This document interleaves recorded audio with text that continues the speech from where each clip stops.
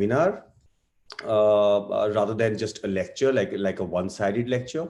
But I would really love to answer questions. Even if in between somebody wants to ask something, he can raise hands. He or she can put their questions or comments in the chat box. Uh, the most welcome to do that, and I'll be happy to answer all of them. Right? Okay, so I will how I will talk about it is I don't work with a lot of presentations as such, although I have one which I'll be showing it to you. But I want to keep it more interactive. We'll also watch a few films, like small bits and pieces of just to understand how documentaries work. What all we need to do while working on documentary films. What are the different aspects of documentary filmmaking, right from pre-production to production, research, shooting, gear, cameras, a lot of things. So just to start with, let me just share, a simple screen. Uh, I hope you can see my screen now. What I'll do is I'll just make it full frame. I hope everyone can see the screen that I'm sharing right now. Yes, If so we are able to see. Great, great. So we'll be talking on documentary filmmaking, and the topic today is from idea to script. That means simply, we should really talk in simple terms. A documentary filmmaker, especially, is somebody who needs to have good communication, because not just because like I'm talking to you, but also if you go in the field and work with different people in different countries with different languages, cultures, you need to get connected with the people there. Also, your film should engage people emotionally. That's really important, and that's where we'll start our topic today. Right? Okay, great. uh, Now, what is a documentary film? Let's just simply understand a basic difference between a documentary film and a news feature or a news story, for that matter. Now, if we there's a very thin line between a documentary film and news story. Both give you real facts, both give you information, both give you, both raise questions, both sensitize people on certain issues that can be, related to anything across the globe. But then what's the difference? A news feature can be equally long as a documentary film, equally short as a documentary film. Um, so how do we differentiate? The differentiating factor here is, let me, uh, sorry, just a sec. Let me take a pen. Okay. Sorry, I need to go back. Okay, the differentiating factor here is this word, this simple word, film, film, which differentiates a documentary film from a news feature. Now, how does it do that? When we say film, we can say documentation, we can say documentary, but when we say documentary film, it segregates or differentiates it from a news feature or a story, which means this film will have a story. This film is a way of storytelling. This is an emotional, this will have an emotional connect with the audience, right? Like, for example, very, very simple example. Suppose I want to make a film on, in Africa, for example, you know, now, and I want to show a forest there. Now, if I just show the forest and, shoot different parts of the forest, animals there, or people there, or tribes, or a lot of things, cities, it's news. It's news. It's just information. But when we call it as a film, we might want to add characters to it. We might want to talk about the story of a character. Now, when we talk it as a character, as audience, we get connected to the character and we start thinking about his life, his difficulties, his happiness, his family, a lot of things. So that's what a film. That's how a film is different from news. News is more of information, whereas film is, apart from information, it's also emotional connect with the audience. So that's really, I would really appreciate if all of you, sorry, start thinking in those terms. A lot of you will be interested in making films later on in your life, or maybe now. It's so simple now to make a film. And I'm really happy that so many platforms where you can show your film. You don't need heavy equipment to shoot a film. You can easily do it with your mobile phone. It's good enough, people are doing that. So if you want to do it, always remember to connect your audience with your story, or with the characters in the story, or with people in the story. I will show you examples of what I'm talking about, but just let's understand the basic documentary concept. All right. Now, what is the scope of documentary? Scope means not just where do you want to sell it, or where do you want to screen it, maybe on internet, on television, in theaters also. In a lot of countries, people watch documentary films they are released in theaters. A very famous film, Planet Earth, was released in India, across the country in theaters by it was made by BBC. So it depends, where do you want to see it, or where do you want to show it. But more than that, a scope of documentary film means that, why do you want to make that film? What is so convincing about the subject that you're working or researching on, and you want to convert that concept or that idea into a film? You have to be convinced yourself that what's the scope, what am I asking in the film? Will it really work? Will it really sensitize people on that issue? Will it raise questions? A lot of things. uh, a film without an aim, I would say, um, is not worth making it. You have to be yourself really confident on what topic you want to make a film on, and how that film will bring change in the society.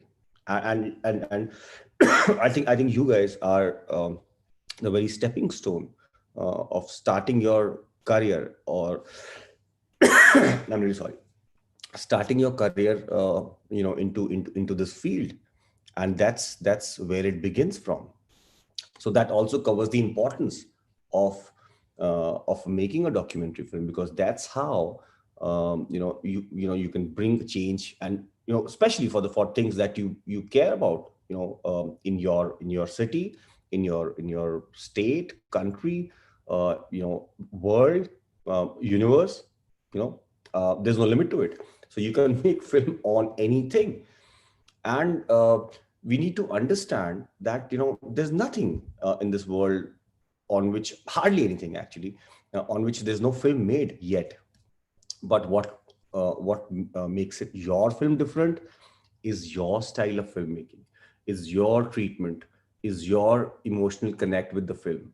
That's what makes it different. A lot of people have made film on, for example, global warming, for example, tigers, for example, anything, crime, or politics, anything. But across all those films, every film is unique, like every individual. So film is like an individual. Whatever you give to the film will be unique, because it's your film, and you'll treat it in a different way from anyone else. So that's what makes your film worth watching, right? Now, what do you need to start a good film, or to think about making a film? Sorry, let me change. Okay. How to make a documentary? That's quite simple actually. uh, at the same time, it's also complex, because as I just said, you need to have that fire burning, as it's right here in the presentation, uh, with which I meant, you have to be convinced with yourself. You have to believe in the subject you want to pick up. You have to be very confident of what you're making. And you have to be also sensitive that what change will it bring to the society? Will it be able to sensitize people or not? Is it worth making this film? Will it bring any change? Maybe, maybe not. But you have to convince yourself that yes, this is a great topic. I have to tell the story to people. This is really important for the people to understand and start thinking about it. So it's your belief in the subject that you want to work on, right? Okay. Now, how do we choose a subject? Now, again, the same thing. You have to choose the subject very wisely. I would say, for example, we want to make a film like you want to make a film on a city. Maybe you want to make a film on New York. Maybe you want to make a film on Moscow. I don't know. But how do you make a film on a city? City is huge. It has so many aspects, right? It has culture, it has travel, it has places, it has sites, it has food, it has people, it has n number of things. So what we need to understand that, okay, I know a subject I want to work on, I want to research on that, but at the same time I also have to narrow down on that subject and focus on a very precise area of your subject. For example, I'm making a film on a forest. Now, forest has trees, it has flora, fauna, it has animals, it has tigers, it has different kinds of animals, right? But what you need to understand is you have to narrow down your research and bring it focused on a particular topic in that subject. That's how you start your research, and then you can broaden it once you start making your film, right? So that's one thing that we really need to understand. you know and also it's really important to understand the worth. Is it worth making that subject? uh, it shouldn't become boring for the audience. It should not be monotonous. It should work. See, ultimately every film, um, even if it's a documentary on a very very serious subject, it still have to be entertaining. And by entertaining, I don't mean we need to put songs or we need to put funny things in it, but it should be engaging. That's what I mean. It should engage the audience. And like we watch a horror film, right? And we start anticipating that what's going to happen next, and we wait for that thing to happen. So that's how documentaries should also be made, because they are not just documentations, they are documentary films. And films need to have a story and a particular flow, right? Like from starting to end, beginning, middle, and end, and finally reaching the climax. Whatever the subject is, depending on what subject you're working on, you have to understand the concept of that flow. Okay, so that's one thing that you really need to keep in mind. Now, if you choose a subject that becomes boring, then one, it will not put your message across very wisely or very effectively. Apart from that, it also disengages the audience, and they don't like to watch it, which will also affect your film business, by the way. Ultimately it's all about, it has a lot of business aspects also attached to it, which we'll talk about later on, towards the end of our thing. When we complete our film, then how do we sell it, how do we market it?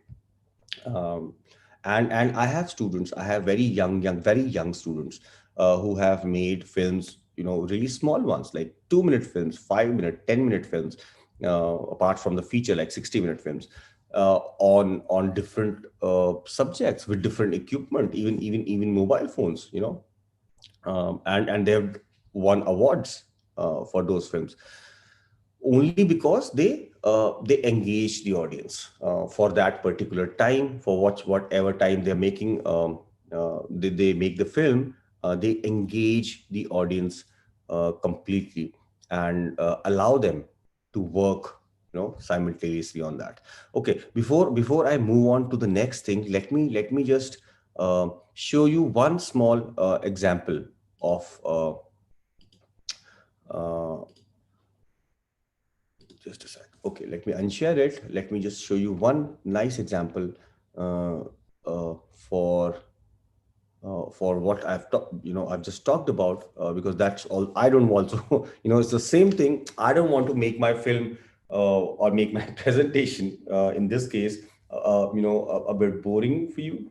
So let's also engage the audience. I'm trying to engage you. This is what I was talking about. How do I engage the audience, and how do I make them feel interested in what I'm talking about? So let's understand. Let's see a couple of small examples, maybe just trailers of few films which I've selected for you guys. And let's start with a very basic, um, maybe the first ever shot video, not video, I would say film actually. We shouldn't call it as a video, but as a film, um, which was the first ever shot ever taken, um, ever by human beings, or by any filmmaker. Let me just quickly find out that little thing. Just give me a second.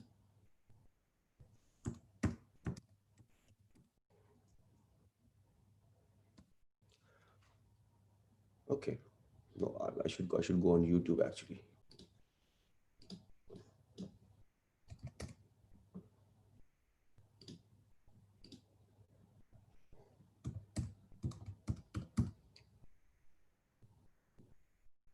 Okay. For example, this scene, right? Right here on your screen. Now, this was one of the first films ever made, right? Just have a quick look on that. It's a small short.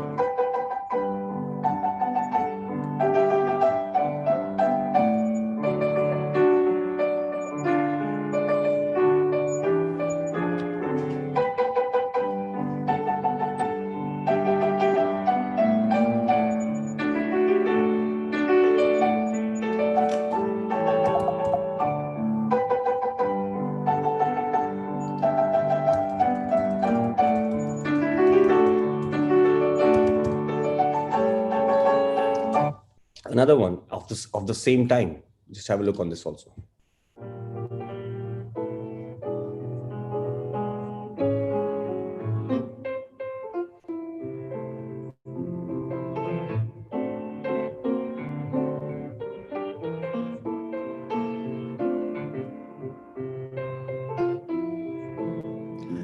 Now, okay, fine. Now, when I say, this is something, this was the first ever short film. Uh, the first one was the train coming. The second one was the factory workers. Lumiere brothers were, they were the first ones to invent a camera, which started, they started taking shots on that. But imagine the kind of the first film, if I say, the train coming, it's very interesting in a way that first time when people saw that thing on screen, they went off their chairs and start running away, because they haven't seen anything, something like that. And they thought the train will come out of the screen and it'll just go over them. So people have, never saw such things in theater, or they were only exposed to stage. But then, with cameras, with screens, projectors, train, they never saw it. It was magical for them, and they imagined that, something train will just come over them, and they stood up of their seats and they ran away from the theater. For next 2-3 days, the same thing happened. Everybody, who saw it for the first time, he was scared. And the second one, factory workers, that was the second one. Again, it's a simple shot, but it's just a documentation of what's happening. People were just coming out of the factory. There are no dialogues. There's no, action to it. There's no script to it. It's just they place the camera somewhere, and they just shot that thing. People coming out of the factory, and that's it. And people saw it in the theaters for many, many days. So this is the first ever form of documentary films or documentation done on screen. So that's something, which is uh, uh, uh, which is historical. And then, of course, a lot of things happened, and things changed for a lot of new films were made. A lot of great work was done in the field of documentary. Let me show you a quick example of the first ever made documentary film, which is, now the first two ones which we just saw are documentation. That means we just shot something happening, right? But that's not a film. And that's what I mentioned in the starting. When you put a word film, it has to have a story, it has to have characters, it has to have the emotional connect with the audience. So that's what connects the audience to the film, right? Let me screen a little small example of the first ever made film. The film is called The Nanook of the North, and this film was made long back in 1920s, 1922 to be specific, and this was the first ever made documentary film in the history of cinema, right? And let's just see a quick example. It does not have dialogues. It only has written text, like Charlie Chaplin. There's some, we see Charlie Chaplin. You have text, and then you have story. The initial Charlie Chaplins. So this is a small example of uh, uh, you know we can't see the whole thing. It's a long film. It's 1 hour 20 minutes. We'll just see 2 minutes of it, and we'll see how characters were built up even in 1922. The first documentary, they had characters in the film, and it worked on with a story and emotional connect with the audience. So let's quickly see. Let me just forward it and bring it to where we want to see it. Okay, this is the one.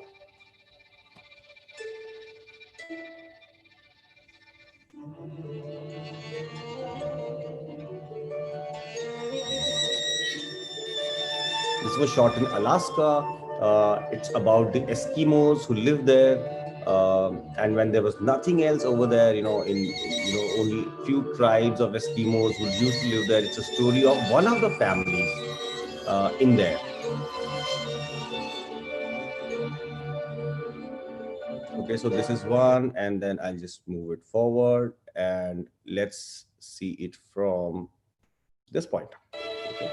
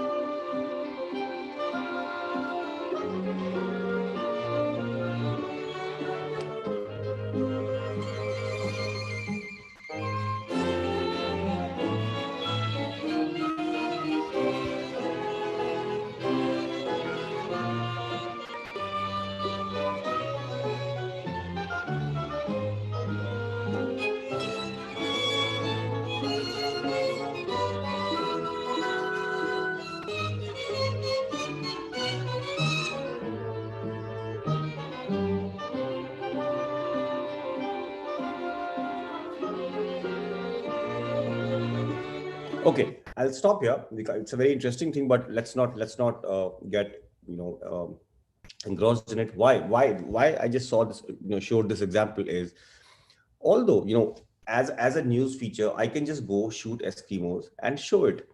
But here, because it's a film, they have introduced characters in the film. They are telling you a story of that family and all the characters in the family, which makes it more interesting as compared to a news feature or just a documentation. So that's what the difference is, and that's how a lot of things have to be incorporated when you see or want to show or want to tell a story to your audience. So that's how it brings change, and sensitize people towards the subject that you want to talk about, that you want to work upon.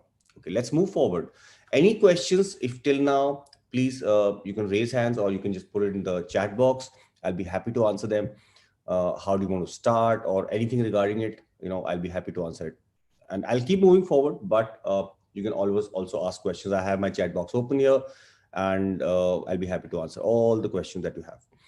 Okay, let me share my presentation and I will just move further. Okay. So we've already talked about, how to choose a topic, how to work upon your topics, how to, narrow down on your topics so that it's more effective. See, shorter is crispier and it's more difficult to make. It's to make a small film or a short film is actually a bit more difficult to make as compared to a longer film, because shorter needs to be crisp. It cannot be boring, right?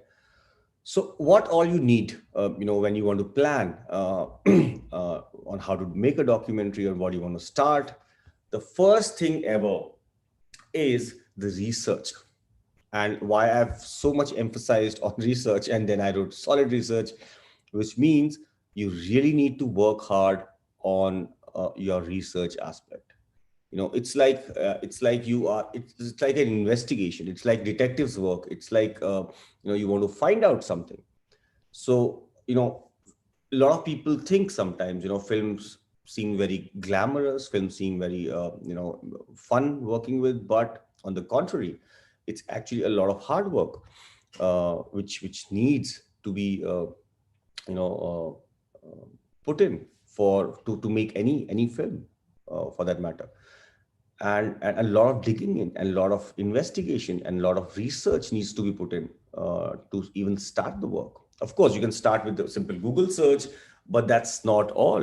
I've just written there, you can start with a simple Google search, but that's not how we make films. uh, when you Google search something, or any search for that matter, on internet, you get a lot of results, but then you need to find the credibility, you need to find the effectiveness, you need to find the you know the result of your search. So after you do an internet search, you have to find out other things from newspapers, from maybe from books, or some other journals, or some other investigative papers. Then you have to actually go to that place and talk to people there, or talk to experts in that field, whatever subject you're working in. If I'm working on tigers, I would get in touch with a wildlife expert, who's working on or researching on tigers already. So he'll give me a very close insight on how should I start my research work. And that's really important, because that's what will decide how authentic or how credible my film is for the audience, and how well how well facts are put in, and are they really true or not. So experts are really important. So research becomes a really important aspect uh, of of this whole concept of filmmaking, of documentary filmmaking. uh, and your research should be guided by your controlling idea in mind, which means, in simple words, which means controlling whatever concept you're thinking, whatever visualization you have of the topic or the subject you're working on. Your research should be guided accordingly, according to that track. So that's how important research becomes when you start working on documentary films. And for that matter, research is equally important for fiction films. Suppose I'm making a film on Alexander. Now it's a historical film, but you need to have true facts. You need to have real incidences. You have to go through the books. You have to go through a lot of history, journals, because I can't tell lies, because it's a true event. Although I'm making a fiction film on that, but I need to stick to the facts. So a lot of research gets into any form of filmmaking for that matter. Even if you're making a completely fictional film, maybe you want to have to research on the sets, maybe you have to research on the locations, costumes, you know, surroundings, environment, a lot of things. But uh, as far as documentaries are concerned, it's way above the the research is much more intense. It's much more complex, and you really need to research well. I can, for example, very very simple example. I want to make a community film. Now, if I'm making a community film means basically I want to make a film around my house. Now, maybe for example, I stay in a house, and near my house there is a small pond, right? So I want to make a film on that pond. Now, what happens? Where is that pond located? What all is there around that pond? What all is there inside that pond? Are there a lot of birds that come to that pond in the mornings and evenings or in the day? Are there different varieties of fish in the pond? What time of the day that the pond looks good in terms of lighting, which side the sun rises and which side it sets. So all these details are a part of your research. Now, if I just make a film on, I take 5 shots of pond, whatever happens there, and I say this is a film, and I put a voiceover on that. I say something about the pond, and I show 10 shots of pond. It's just news. But when I really show what is there inside the pond, what birds come to the pond, how do they do fishing, what all fishes are there in the pond, where is that pond located, what is the importance of that pond, is it good for the people surrounding there, is it not, is it a hassle, is it good or bad? So when I cover all these aspects in my research, only then I would be able to say that yes, this is a detailed research on that pond, and that's what I want to show to the audience. So this is a very very simple example which I gave, right? So when you work on bigger subjects or topics, that's how the research also becomes more complex. So research is the key. Once your paperwork is good, once your research is good, once your preparation or pre-production, that's how we call it in films, pre-production, the stage before you actually start shooting, that's the most important stage for any film project. Because if that's good, if that's effective, shooting becomes much easier, the film comes out much better, and the audience are it's more there are more chances that audience would love that film because you've worked hard on the details, and details are important. Okay, so please keep that in mind. Even if you're making a small list of film on small list of topic, research it well, and that will not just help you in making a good film, it will also help you study better, because then you'll be able to think in those terms. You'll read books for references, not just Google search, or not just what your teacher tells. You can take your own initiative also to find out more about that thing. Maybe your teacher is telling you something about uh, some planet. Now, solar system, for example. Now you can actually whatever the ma'am or teacher has told you in the class, you can go home, you can search on internet, then you can search on books, you can go to the library, and that's how the research process starts in your mind. That's a thinking process that gets you started with with more and more research ideas.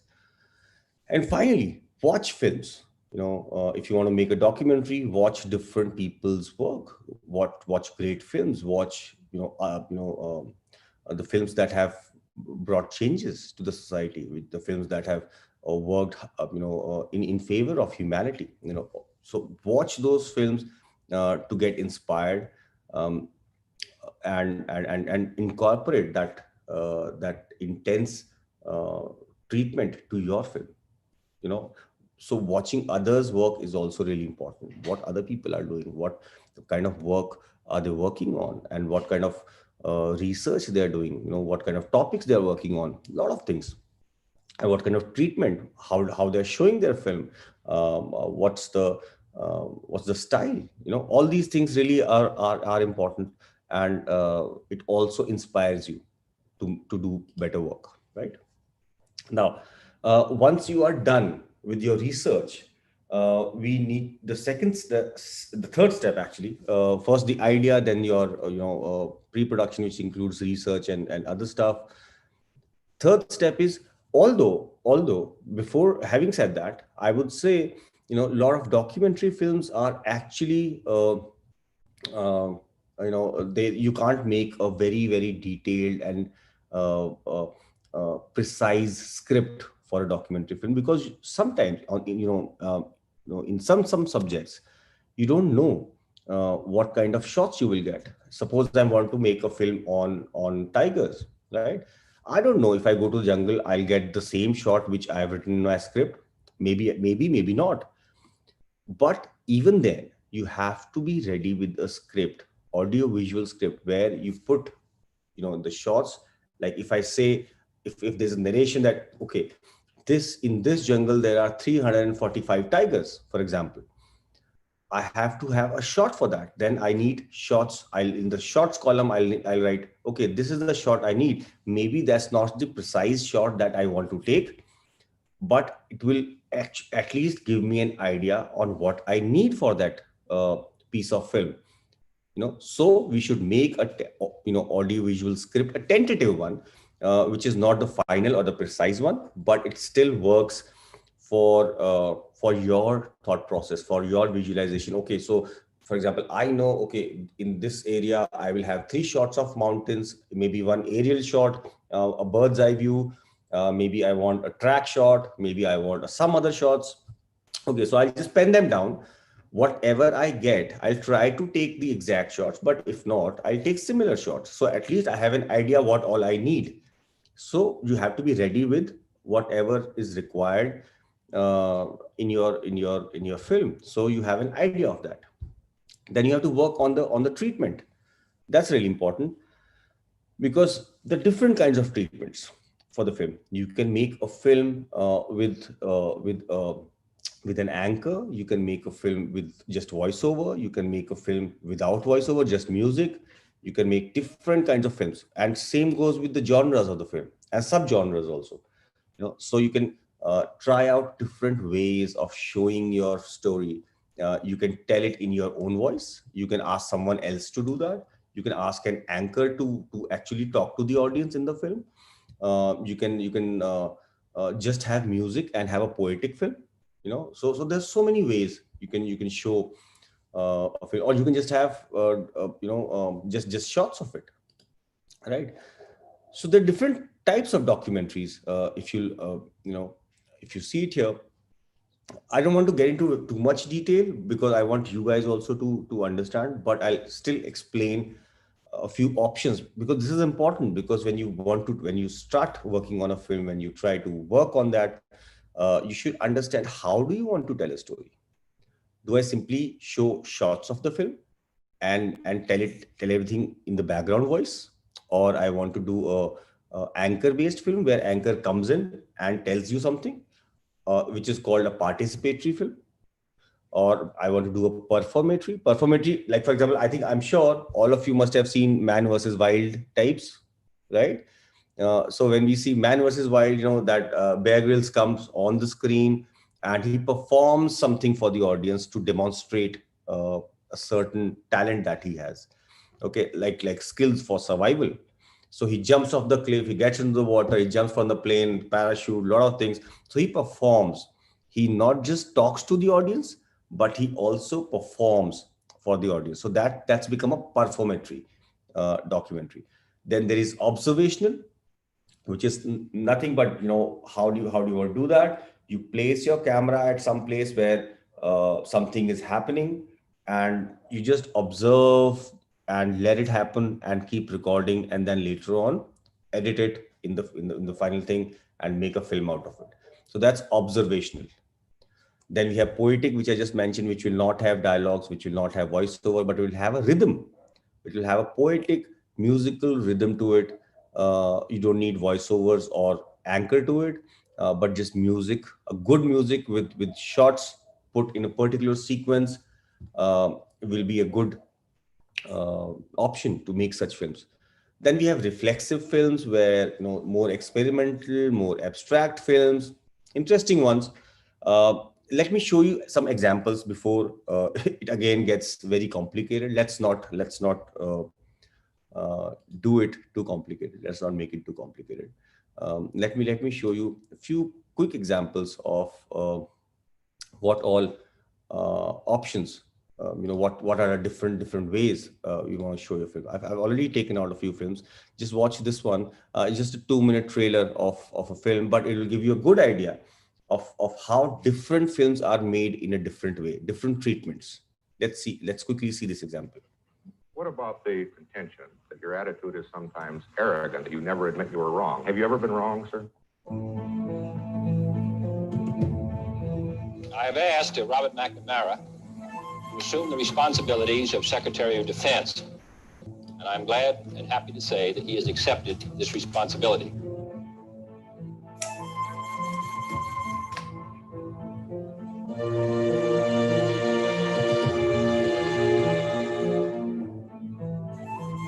I think the human race needs to think more about killing. How much evil must we do in order to do good?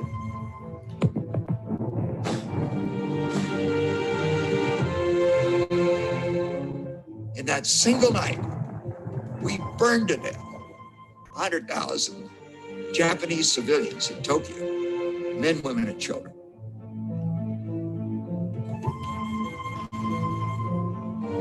The conventional wisdom is don't make the same mistake twice. Learn from your mistakes. There'll be no learning period with nuclear weapons. You make one mistake, you're going to destroy nations.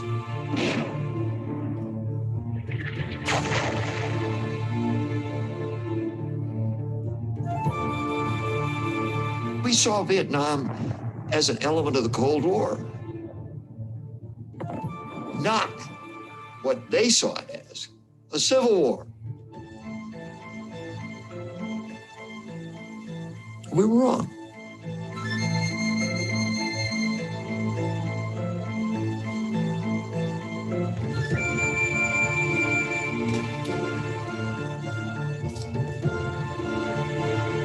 Okay, let me just quickly show you another one, which is again, a different kind of film, but it's again a very touching and very sensitive topic.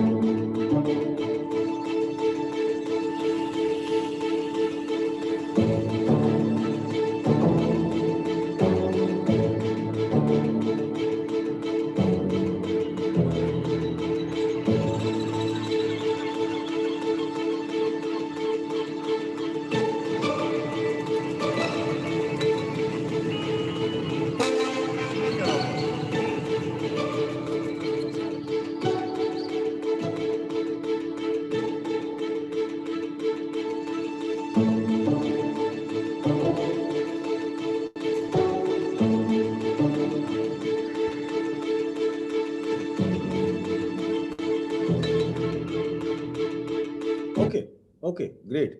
So that's what I mean. The first example that we saw is on politics, is on world scenario, is on a global platform. How different countries are, they are against or with each other.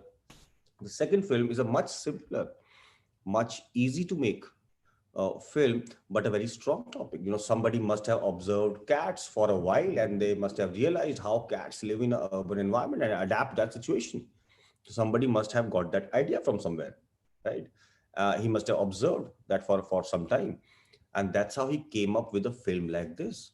And it's a great, all these are award-winning films, like, the great films. And making a subject which is world politics compared to a subject that's cats in your city. If you imagine that they are very contrast subjects, there's nothing fancy about it, but how you make your film, how you treat your film, how you tell that story is what makes it more interesting. And that's what, as students, as beginners, as amateur filmmakers, as filmmakers, we all learn every day. And that's what we need to understand, how to tell a story. Ultimately, every film is a story, you know and this is what we need to understand. Even the simplest of topic can be converted into a great film, depending on how you want to treat your film, how do you want to show different aspects of your film. That's how a good filmmaker can make a small topic into a great film. And that's what you need to understand, that we all need to understand that. So that's a very simple example of how different topics can be treated in a different way. Let me show you one more example of quickly on a similar thing, but different example. Baltimore has always been a quintessentially Catholic city. The priests were the authority. Whatever they told you to do, you did. The city has its level of corruption.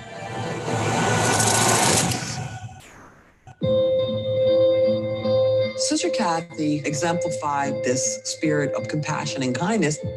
I have never had a teacher like that before. She was murdered our senior year, and it's always haunted many people in the community.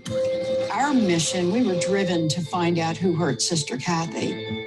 People pop up from 45, 50 years ago who say, I have a story I'd like to tell you. I believe Kathy says Nick was killed because she was going to talk about what went on at Keo. There's an on-the-record public story of what happened to Sister Kathy, and then there's the world beneath. The police department and the state could provide protection for the priest. There were other people brought in, local business owners, politicians that were part of this network. Okay, so this is another example. So the first film is world politics, second is social justice, third is wildlife, environment, travel, anything. So we have already seen so many examples of different topics can be treated differently and created great films out of it. So all these things combined together, creates a great film, and all these elements have to be put together. Now, moving further on what we need to talk about today is, so we've understood, and the last one is docudrama. Docudrama is where, suppose for example, you're making a documentary on a period film, maybe some incident that happened many years back. Now you can't shoot that thing because that's already gone. You can't go back in the, except you have a time machine. In case you have one, then you can go and make a documentary on, in the past. But as of now, we don't have a time machine. So what we do is we recreate that era and show the similar incidents by reenacting them. Like, it's a documentary because it has real facts. It's a film, but it's also a drama because you are recreating those incidents again in the present date, which allows you to tell the audience a story which happened many years back, maybe 100 years back, maybe 20 years back, maybe, I don't know, historical film, period film.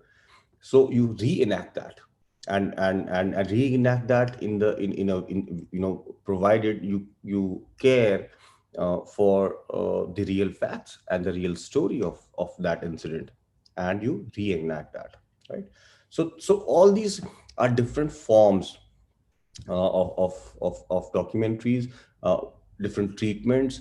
You can have a simple voiceover, you can have somebody to perform, you can have the filmmaker to talk as a participate, You can just observe and make it. You can make it poetic. You can make it reflexive, or you can make it as a docudrama. So it's up to you how you want to create your film, right? Now let's come to a very, very important thing. Production. Production is the stage which is in between pre-production and post-production, and this is the area where you actually start shooting. So once you are done with your budgeting and scheduling, I'm not getting into too much of budgeting right now because that's more of accounts job. But as a producer, as a filmmaker, you always have to consider what budget do you have. If you want to make a film out of your pocket money, for example. Now, with your pocket money, obviously, if I want to do something with my pocket money, if I'm a student, I will not be able to hire, the best of cameras or too many people in the crew. So I have to decide, okay, I have this much amount. I can invest this much in travel. Maybe I have to go somewhere and shoot. If I go somewhere, then I'll have to eat also. So maybe that expense. So I'm just giving small examples. And suppose you're shooting in some location, maybe some location you have to pay charge for your camera. That's again an expense. If you have to stay there for a couple of days, maybe you have to stay in a hotel or a lodge or somewhere. That's also a part of your budget. So all these small things create that little budget bubble, and you have to incorporate that everything from your pocket money amount, right? For example, of course, bigger films have bigger budgets, and they create a lot of they have a big crew and they have a lot of facilities available, but it's not mandatory to make a big film or a great film with big budget.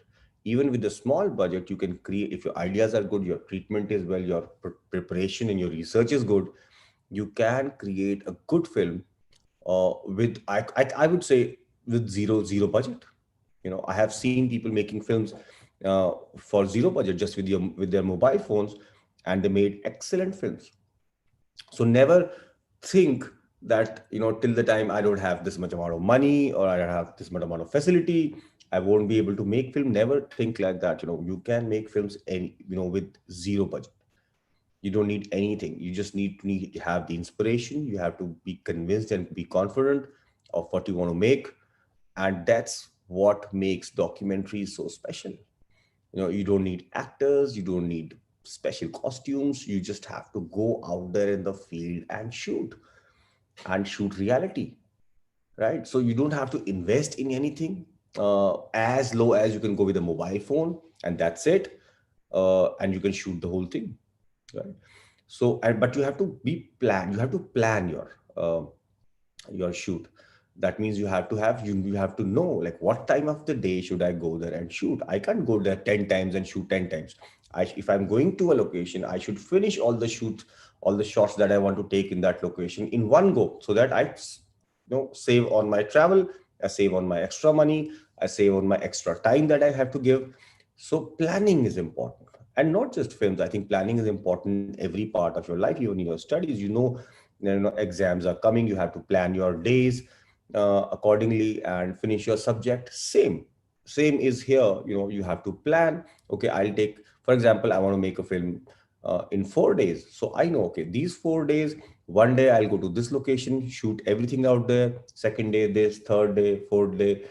And I don't have to repeat that cycle if I'm planned. If I'm not planned, maybe in the first location, I miss out on some shots, then I again have to go there. So that's unplanned shoot. So always try to plan it. Okay. And try to incorporate that plan in your scheduling also. So you schedule your days accordingly, right? And then production plan, similarly, according to that, you have to know, okay, this is much amount of money I have, this much I have to put, these many days, these many people are required, this is the equipment that I require, this is the camera I require, I'm shooting on mobile phone, or I'm shooting on a GoPro, I'm shooting with a drone, I don't know. So a lot of things have to be incorporated. Then locations, you have to see the locations, understand them. For example, I'm shooting Eiffel Tower, maybe, for example. Now I have to understand what time of the day Eiffel Tower looks better from which side. So I have to understand the location And then accordingly, I will go in that time of the day and shoot that. I don't have to sit there all day to shoot that one shot. So I have to plan the location. And finally, I have to start shooting, right? So when I start shooting, these are the things that I'll require. At least, cameras I would require. But cameras, as I just said, is not an obstruction. It's actually just a choice. You can use a, if you have budget, you can use a bigger camera. If you're working on with a company, for example, BBC, they'll have best of equipment. But mobile phone is equally good, and people are doing great job with mobile phones and with the quality, the kind of quality that mobile phones are giving these days with video and sound both. I think mobile phones are doing great job. Um, Although location specific equipment is important because, but that's important when you're doing a very specific job. Suppose I want to shoot underwater, then I would require, an underwater camera or underwater camera cover, which can save my equipment from, getting into the water. But we have waterproof cameras also these days in mobile phones, so that's also solved in a way. But in specific, I would say location specific means, if maybe I want to use a drone, I want to, there's something that I cannot show from the ground, maybe that can only be seen through air. So then I'll need a drone and I'll take aerial shots of that. So that's location specific equipment. Then fourth is budget specific, which I already mentioned. It depends on how much money you want to invest in your films. Accordingly, you can choose the films that you want to do work on, right? Let me show you another example of a small film that I made a few years back, and it's a very, very low budget film. I used all kinds of cameras in that. It's a wildlife environment film, uh, but at the same time, it also it got a few awards also, with many from in many parts of the world. But more importantly, it's something that works for sorry, this film is not opening somehow, but I'll play some other one then. I worked on with some other filmmaker, but this film has created huge changes in the society, and I will tell you what changes it made, because that's really important. And that's how. Okay, I've got a question from.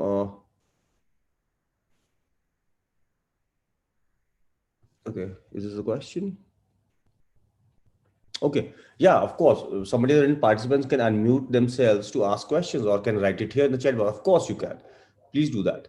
Please do it. I've got a question. Is it a good idea to use a mobile camera? Why not? Why not? Absolutely. And using a mobile camera is actually with the cameras that mobile phones are offering these days. I think it's a great tool uh, because of many reasons. One, it's giving you good quality, like cameras, like phones like these, they are giving you 4K image, which is as good as a big camera. They've got very heavy megapixels. That means they have better resolution, of course. And more importantly, it is very handy. You can just put it in your pocket and go out. You don't require too much of equipment to handle. You don't need a lot of people to work on that.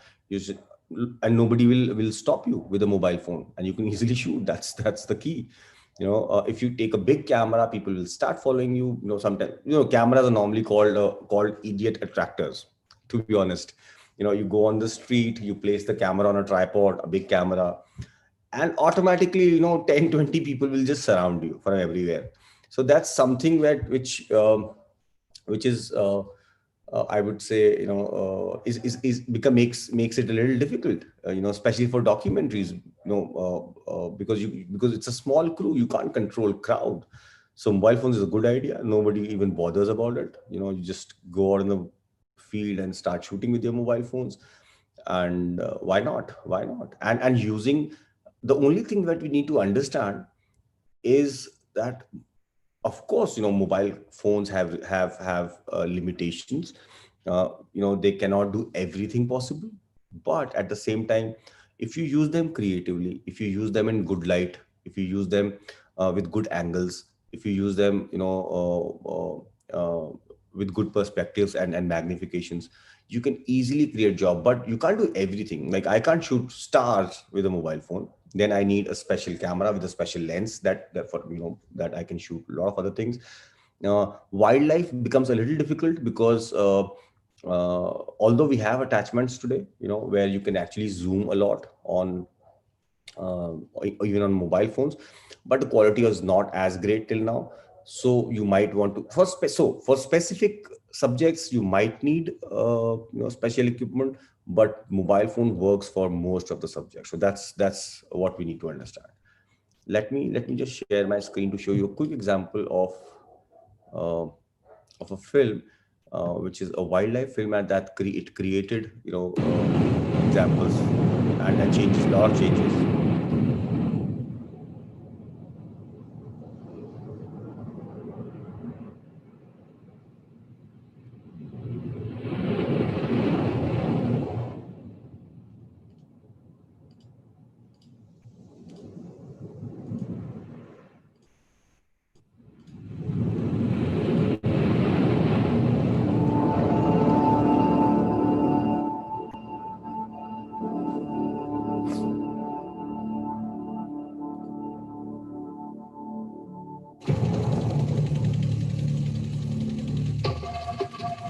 Gujarat, on the west coast of India, has the largest fishing port in the country. Nearly 25,000 fishing crafts comb these shores every day, bringing in millions of tons of fish.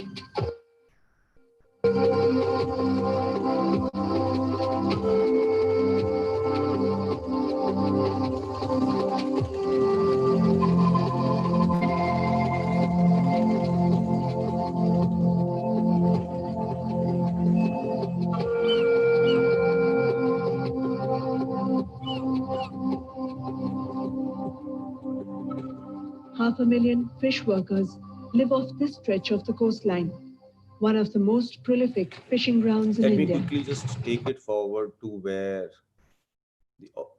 everything started.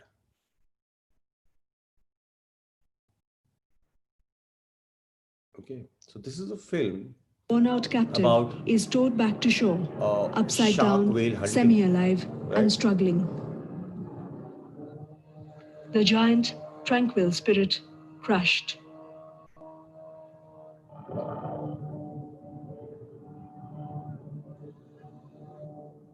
On our way back, we saw several other whale sharks being towed back. The size of the whale sharks caught varies from 15-foot juveniles to 35-foot giants that are as large as local trawlers. But the tiny crafts managed to haul in the massive catch.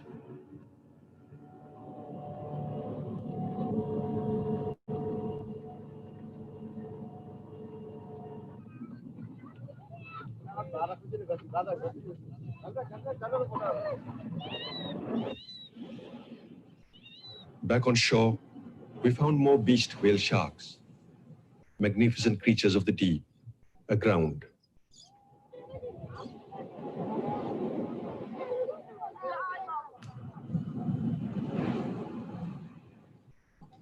Okay, so just an example of how different films can. And by the way, this film was made in 1990s, and once this film was made, a lot of hunting used to be done on the coast, on the western coast of India. And then after this film was made, it was shown in the parliament, and a bill was passed that banned the hunting of these whales in that area. So that's the kind of effect that a documentary can bring in and create that level of change in the society. That's how a filmmaker should think. What's my film? How does it work? How does it sensitize people? How does it work for to bring in the change? That's really really important. So all these things have to be thought about before you actually, start making your film. So all these things should be in your mind, right? Okay, so so we done with the production part. Now let's come to the post production quickly. See, ideally, normally people say, and I also believe it to a certain level, that a documentary film is actually made on the editing table, because you go out in the field, you bring in a lot of shots, but you don't know what exactly you're gonna get there. You finally bring that into your editing room or to your computer where you want to edit, and then you start thinking of joining them together in a certain sequence. And sequence are the building blocks of any film. Shots, shots put together in an order create a sequence, then sequence put together in order create film. So shots and sequences are the building blocks of any film. So in editing, that's what exactly we do. We bring in all the shots, we create sequences with putting them together. And I'm sure a lot of you must be using some editing softwares, maybe Windows Movie Maker, as simple as that, to Final Cut Pro, as professional as that. And they're all easily available these days. You can use it on your computers, laptops, desktops, anything. Um, so that's what uh, is important to understand. That's how you want to start working on. And finally, business. Somebody just raised hand. I'm just finishing this, and then we'll be open to all the questions that you want to ask. Business. I'll see. Ultimately, you want to make a film. You want your film to do well. You want to start working on another project. But if your film doesn't sell, if it doesn't bring anything back, how can you keep making films with your own pocket? So you have to understand that, okay, I'm working for the society, I'm working for to raise questions, but at the same time I need to run my office, run my house, or earn my bread and butter, in case you want to get into it completely professionally, right? So marketing is really important. For marketing, you can send your films to festivals, where if it get awards, automatically, the film creates a name for itself and it's more easily sellable. Or you want to contact a channel or a production house, who can, okay, you should tell them a story. Okay, I want to make this film, um, and this is a good subject, and I really want to work on that. What do you think? So maybe if that's worth making it, people will commission you the film. People will give you um, uh, to see the film, and they'll give you money to make that film, to put it on their channel, and they can sponsor it also. So a lot of things uh, are required, right? So all these things put together will actually work for the business of the film. You want to release it in theaters, you want to release it on Netflix, for example, like any OTT platform. You want to screen it on YouTube. You want to, telecast it on television. Anything, that's up to you. Or you want to just make it for the benefit of the society and send it to festivals for awards.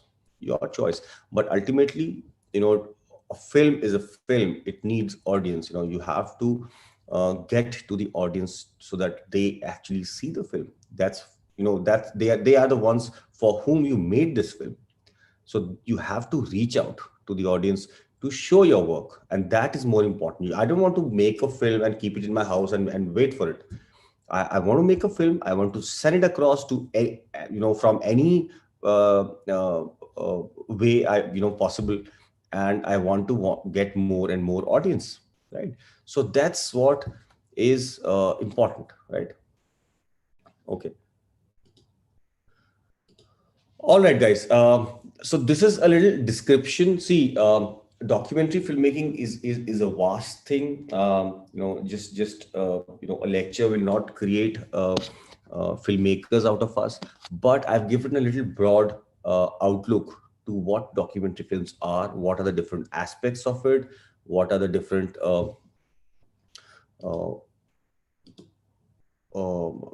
what are different ways to make it? What are different forms of documentary filmmaking? Um, so all these things are put together, and then we try to incorporate all of them and pull out a great film out of it. And please make sure that you never stop working on that. You never, stop putting your efforts, and efforts will always pay you back.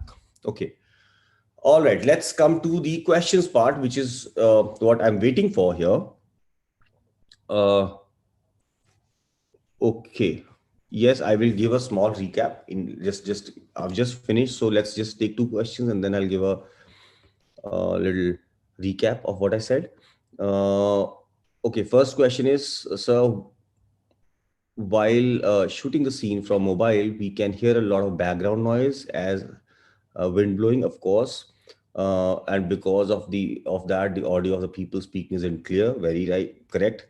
We even tried with iPhone 11. Still, the problem continues. Please recommend it. Okay, very easy, very easy. See, of course, wind will be a problem. Of course, if you're shooting any someone talking on the phone camera from a little distance, suppose I'm here and the laptop is almost like three feet away from me. Of course, if I'm shooting outdoors, there'll be a lot of ambient sound. And why does this happen is because the mics of the mobile cameras are omnidirectional. Omnidirectional means it takes sound from all the directions. What you need to take, especially for interviews, for ambient sound, mobile phones are good enough. For specific, like suppose you want to take an interview of some person in outdoor field, you have to um, you have to have a unidirectional mic. So if you have invested in iPhone 11 or 12 for that matter, please invest small amount. It's very cheap actually. You don't have to go for very, very expensive mics. Just buy a lapel mic that's unidirectional, which will not cost you much.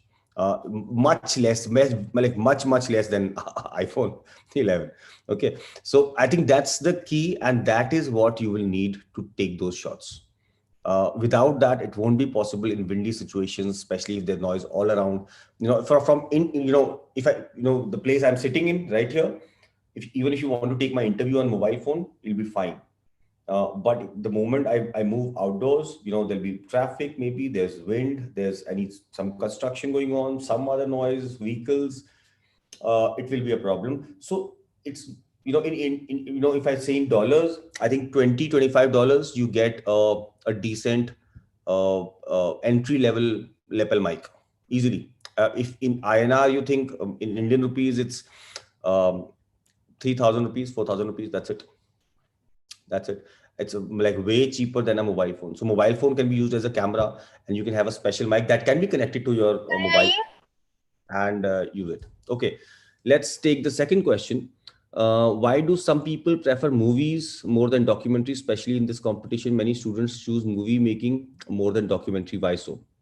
Okay, I don't know if that's happening because I'm teaching to mostly master's students here, and most, it's 50-50 actually. It's very personal choice. See, if for students, I would say, movie making is slightly not as feasible as documentaries because of two reasons. One, if you want to make a movie, you'll need more budget. One, second, you won't have that production value which a movie should have to compete with other films in the market, which are much higher, which have a much higher production value. I mean, which actually means they put in more money to create better sets, better actors, better people, better costumes, a lot of things.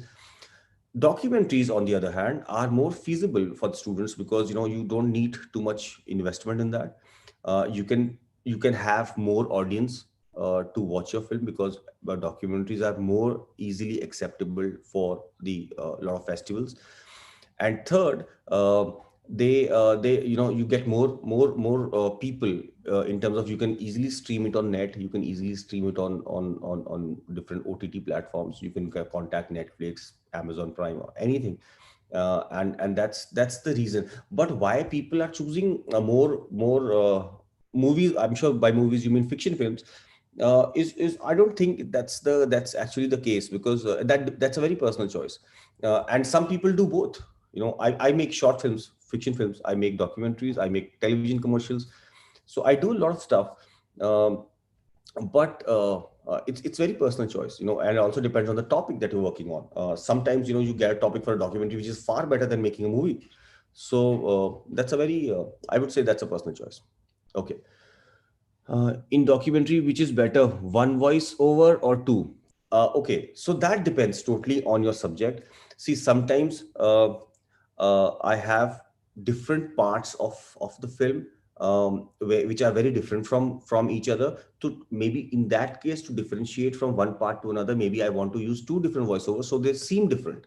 One second, maybe I have two presenters in the film. I might want to go for a two voiceover thing. But normally it's, in a documentary film, the voiceover remains same throughout the film. But I've seen, you're right, I've seen films where the people have used two voiceovers, but mostly it's one. If it's participatory, even for expository, if you have a voiceover, normally it's the same person. But in certain parts where interviews are there, maybe longer interviews, maybe a separate filmmaker, maybe a presenter, then he might be paradubbed. Usko hum bolte hain, we call it as paradubbing. So paradubbing is another. It's different from voiceover, but it works like a voiceover. So that can also be an option. All right. Uh, Type the name of the mic. Okay. What I'll do here is, no, there's so many mics. My favorite is Sennheiser, which I use. But I would say, you can write my email address and just text me your questions. Even if we go out of time here, I will be happy to answer all the technical questions that you have. My email is very simple. It's ARAO, ARAO. I'll just type it here. Wait.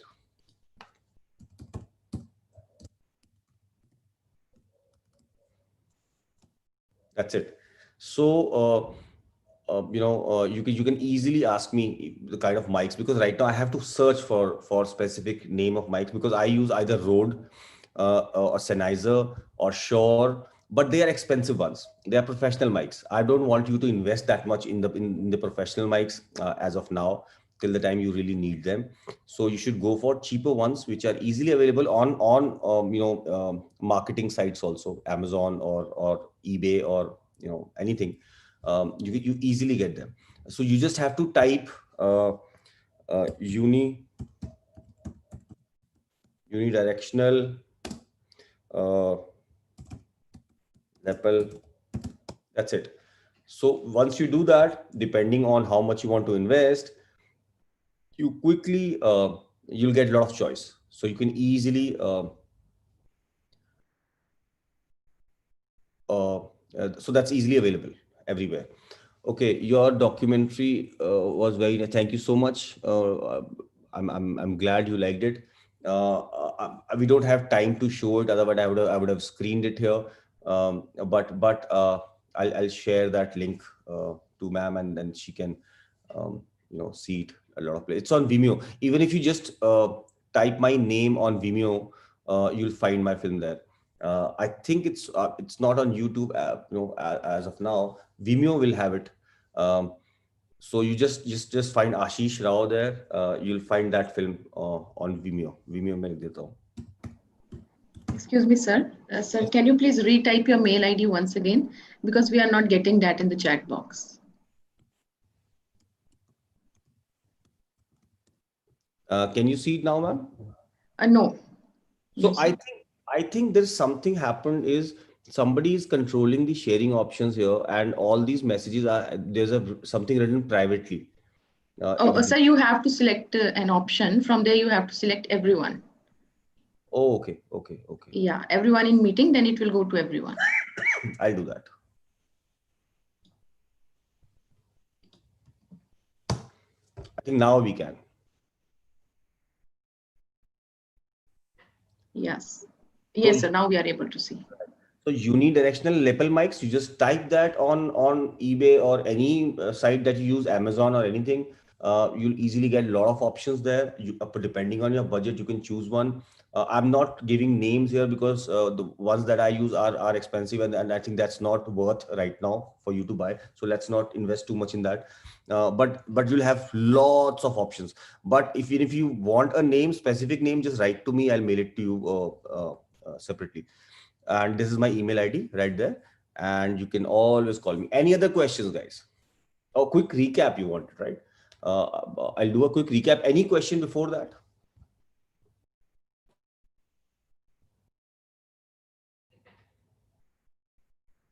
Okay, so I'll do a quick recap on what we talked about today. Okay, we've got a question: how can we make a award-winning documentary?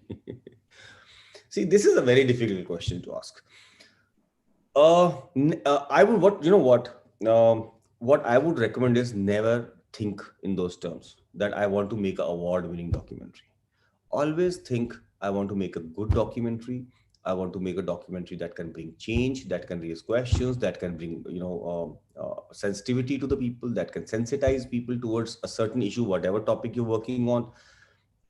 Awards will come after it if you make it a good documentary. So think in terms of making a good film rather than award-winning films. Award-winning films are never made; they just get awards, right? Uh, Whenever we think of, okay, I want to make a film, I or anyone else also, I'm sure a lot of good filmmakers will never think of making an award-winning film. Awards aa jate hain. They just happen with good films. So don't think like that. Okay. Uh, how should we start preparing? Okay, that's a good question, and that's what we discussed today. Actually, let me do a quick recap of that. So, first thing is that we have to understand what is a documentary, and a quick recap will be, when we say documentary film, always keep in mind that it should have a story, it should have it should have characters, it should have, but when I say characters, it doesn't mean fictional characters or you have to create characters.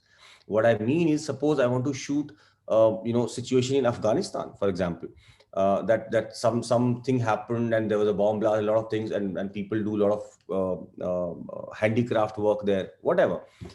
Then if I just shoot those information, that becomes news. But if I choose a family out there, for example, and I work my story around that family, and I show that family and the characters in the family, on what they do, how they live, how they work, what they eat, what are the difficulties they face, then the audience emotionally get connected uh, to the film. So that's what makes a film different. So that's the first thing that we need to keep in mind, that we are making a documentary film. A story is must, one, and emotional connect is very important. Second, uh, if we aren't able to think of a script story, how do suggest us to think to get the story script? Okay, see, script is well, I'm in the recap only. I'm coming to this answer also. So second step is to think of an idea, which the question is directly the question right here. How do we think of a new idea? How do we think of a great idea? That's important.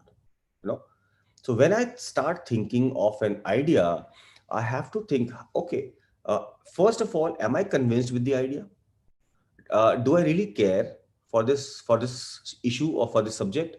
Uh, uh, is it really worth telling this story to the audience? If these three questions are answered in yes, that's your subject, right?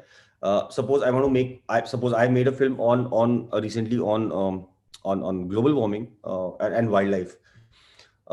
I was really convinced with myself. So answer was yes. Three questions. Am I convinced and am I confident this is a good story? Okay. If yes, next question. Is it worth telling this story to the audience? Do audience really need to know about it? If the answer is yes, third question. Uh, is it worth making this film? Will it bring change and will it raise questions?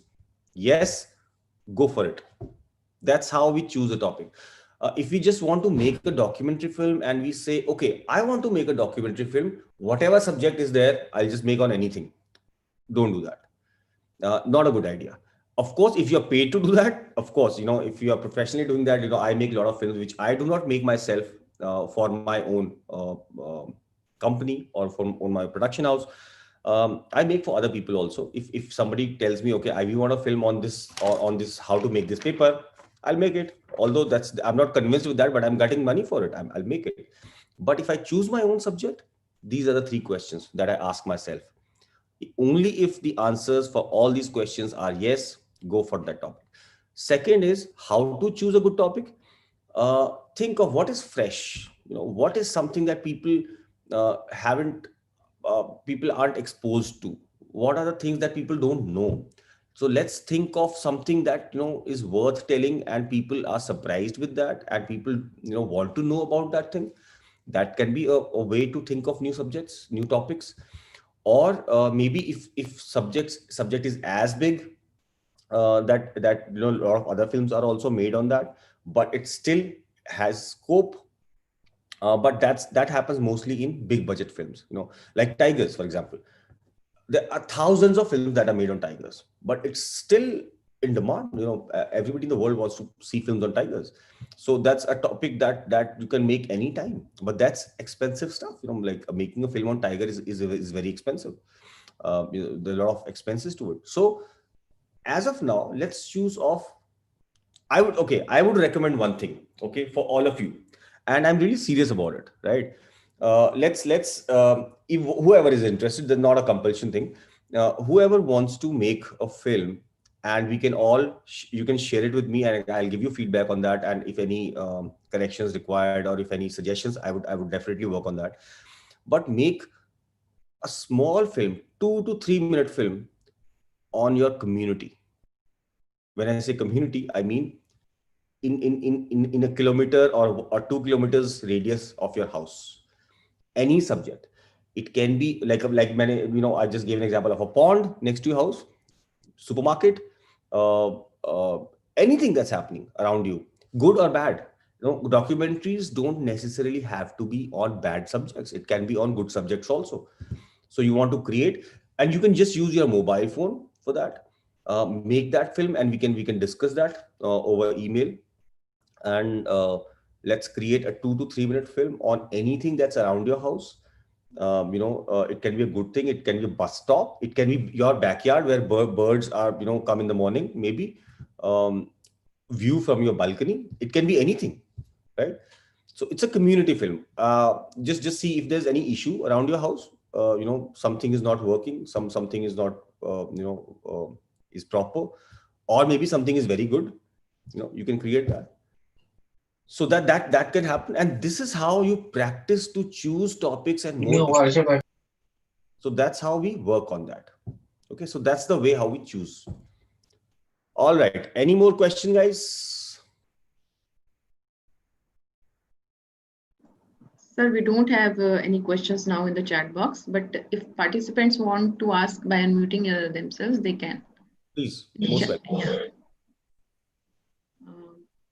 I'm all there. Otherwise, we can proceed, sir. So shall we proceed with the vote of thanks, sir? Yes, ma'am. Thank you. Yeah. Ashwath, you may proceed now. Thank you, sir. It has been a wonderful session. I request all participants and teachers on duty to switch on their videos for a photograph.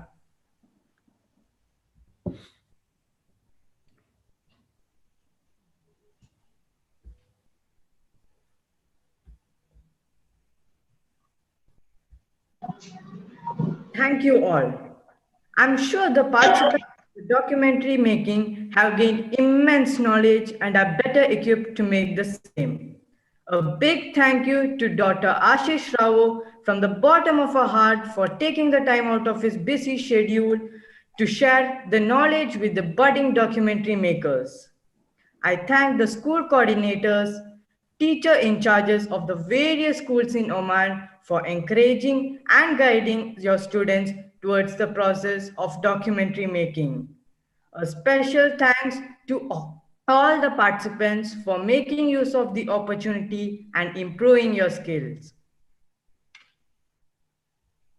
It's my great pleasure to say a big thank you to the Board of Directors, Indian Schools in Oman, the School Management Committee of Indian Schools Sur, principals and vice principals of all participating schools. Lastly, let me thank the principal, vice principal, members of the staff, and the IT department of Indian Schools Sur for making this event possible. With this, we end today's training session. Thank you to all present and involved in today's event. Bye-bye from me, Ashwath and Krishna.